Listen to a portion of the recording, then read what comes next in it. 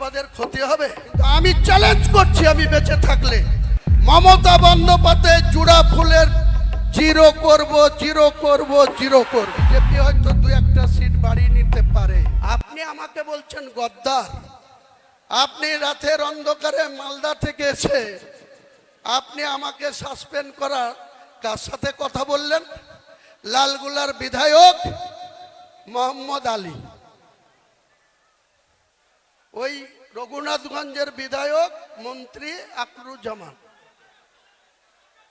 মুর্শিদাবাদের এমপি আবু তাহের খান, বহরমপুর পৌরসভার পৌরপিতা নাড়ুগোপাল মুখার্জি, কাঁদির বিধায়ক সাংগঠনিক সভাপতি অপূর্ব সরকার, তাদের সঙ্গে বসে আলোচনা করে বললেন যে হুমায়ুন কবিরকে যদি দল থেকে সাসপেন্ড করি বা বের করে দিই মুর্শিদাবাদের ক্ষতি হবে। তারা নির্দ্বিধায় বলে দিল কোনো ক্ষতি হবে না। আমি মমতা ব্যানার্জি আপনাকে মুর্শিদাবাদে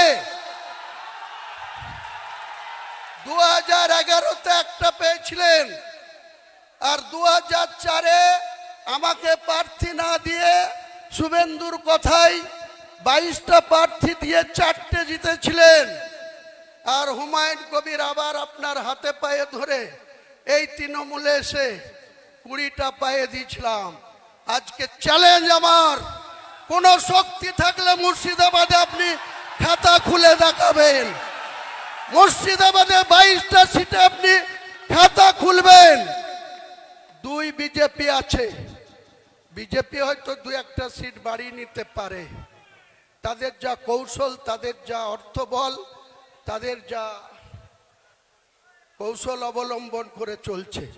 কিন্তু আমি চ্যালেঞ্জ করছি, আমি বেঁচে থাকলে মমতা বন্দ্যোপাধ্যায় জুড়া ফুলের জিরো করব, জিরো করব, জিরো করব।